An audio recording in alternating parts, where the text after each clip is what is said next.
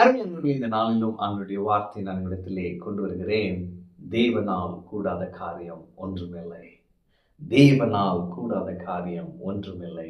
உங்க வாழ்க்கையில மனிதரால் கூடாத காரியங்கள் தேவனால் கூடும். ஆமென்.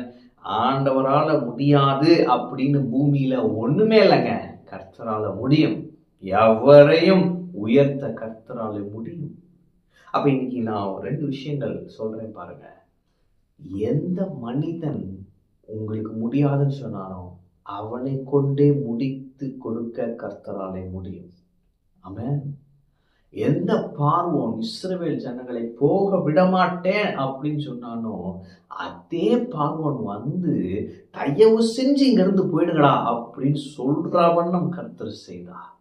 அப்ப இன்னைக்கு நான் சொல்றேன், சில மனிதர்கள்னாலே நீங்க துக்கப்பட்டு இருக்கீங்களா? சில மனிதர்களின் கொடுமைகளினாலே நீங்கள் மன சஞ்சலத்தோடு இருக்கிறீங்களா?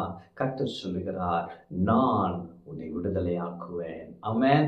என்னால் கூடாத காரியம் ஒன்றுமில்லை என்று கர்த்தர் உங்களுக்கு அற்புதம் செய்ய போகிறார். தேவனால் கூடாத காரியம் ஒன்றுமில்லை என்பதற்கு இந்த நாள் உங்க சூழ்நிலையில் அவர் செய்ய போகிற காரியங்கள் அத்தாட்சியா இருக்கிறது. அவரால் கூடாத காரியம் ஒன்றுமில்லை. சில மனிதர்களுடைய இருதயத்தை மாற்றுகிறார். சில மனிதர்கள் அவன் என்ன செய்யறானே அவனுக்கே தெரியாது, அவன் உங்களுக்கு நன்மை செய்வான். அதுக்கப்புறம் அவன் யோசிக்க போறான், எப்படி அவனுக்கு இதை செஞ்சோம் அப்படின்னு. கர்த்தர் அப்படிதான் செய்ய போறாரு. தேவனால் கூடாத காரியம் ஒன்றுமில்லை. அடுத்து நான் இன்னொன்று சொல்றேன் பாருங்க. தாவீது கோலியாத்து, முழு இஸ்ரவேல் நாடும் பயந்தது, ராஜாவும் பயந்தான். ஆனால் ஒரு சின்னஞ்சிறு தாவீது வந்தான். பெரிய கோலியாத்து, யாராலும் முடியல. ஆனா தேவ பலத்தாலே அவன் செய்து முடித்தான். அவன் சொன்னான், நீ நிந்திக்கிற இஸ்ரவேலின் தேவனுடைய கர்த்தரின் நாமத்தினாலே வருகிறேன், அவர் எங்களுக்காக யுத்தம் பண்ணுவாருன்னு. அதே போல கர்த்தர் யுத்தம் பண்ணினார். ஒரு சின்ன கல்லிலே அவரும் பெரிய கோலியாத்தை கொன்றான். தேவனால் கூடாத காரியம் ஒன்றுமில்லை. அப்ப இன்னைக்கு நான் உங்களுக்கு சொல்றேன், கர்த்தரால் ஆகாத காரியம் ஒன்றுமில்லை. அவரால் எல்லாமாகும். உங்க சூழ்நிலையை மாற்ற அவரால் ஆகும்.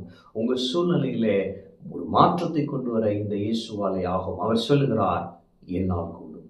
தேவனால் எல்லாம் கூடும். தேவனால் எல்லாம் கூடும். தேவனால் கூடாத காரியம் ஒன்றுமே இல்லை. உங்க சூழ்நிலையை கர்த்தர் மாற்றுவாருங்க. கவலைப்படாதீங்க.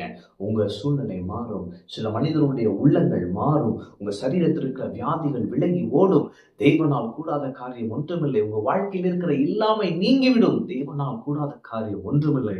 உங்களை பார்க்கிலும் பெரிதாய் தோன்றுகிற பிரச்சனைகளை நீங்கள் ஜெயிப்பீர்கள். தேவனால் கூடாத காரியம் ஒன்றுமில்லை.